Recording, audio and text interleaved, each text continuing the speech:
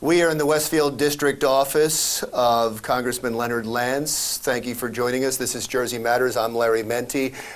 Before we get off the topic of President-elect Donald Trump, he's going to be spending a lot of time in New Jersey, and the town of Bedminster is concerned about the amount of money they're going to have to spend on security for that. You have legislation to help them with that. Explain, and do you believe that's going to be passed? I have written the Attorney General of the United States, Loretta Lynch, to request that there be compensation to local jurisdictions that help protect the new president. It would be not only Bedminster Township in Somerset County, and that municipality is in the congressional district I serve, but also Somerset County itself, and we've discussed this with the Somerset County prosecutor and his office. And Attorney General Lynch has not yet gotten back to me. She is a person with many responsibilities. There will be a new Attorney General under President Trump, presumably Senator Sessions, if he is confirmed, as I believe he will be, and I will be writing him as well. And this is based upon the tradition that has long been established.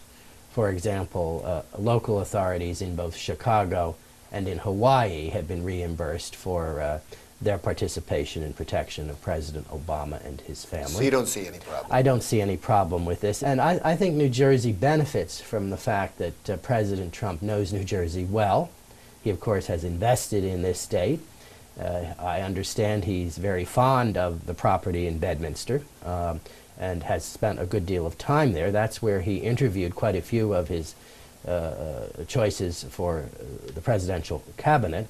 And I believe that Mrs. Trump and their son Barron spend time there. It's near New York, and as you know, Mrs. Trump and their son Barron will be staying in New York at least for the remainder of this school year. They're saying it's the new Camp David. That's quite a distinction for New Jersey. Camp David North. Yeah. And I think it's appropriate always to protect to the greatest extent possible the personal security of the president and his family.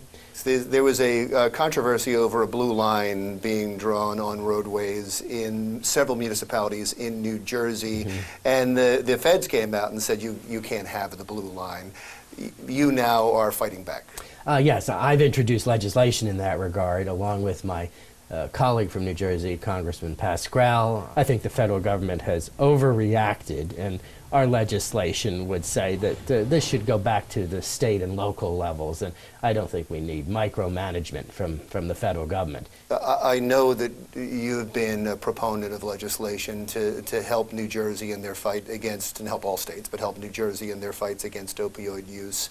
What do you see? I know it's a state problem, but it's also a national problem. What do you see as the federal responsibility when it comes to this?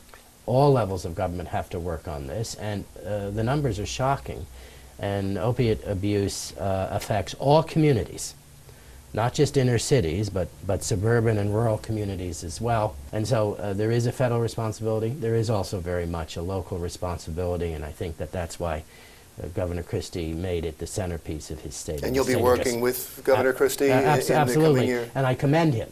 I commend him. In his last year in office, he's taking on to a greater extent than I think any other governor across the country this challenge, and I think other governors will follow him. Great. I would love to talk to you about it. Again, we're out of time right now, but thank you so much for your time, Congressman. Thank you, Larry. Congressman Leonard Lance from the 7th Congressional District in New Jersey, who is going down right now to the inauguration. We're shooting it 2 days beforehand. Jersey Matters continues right after this.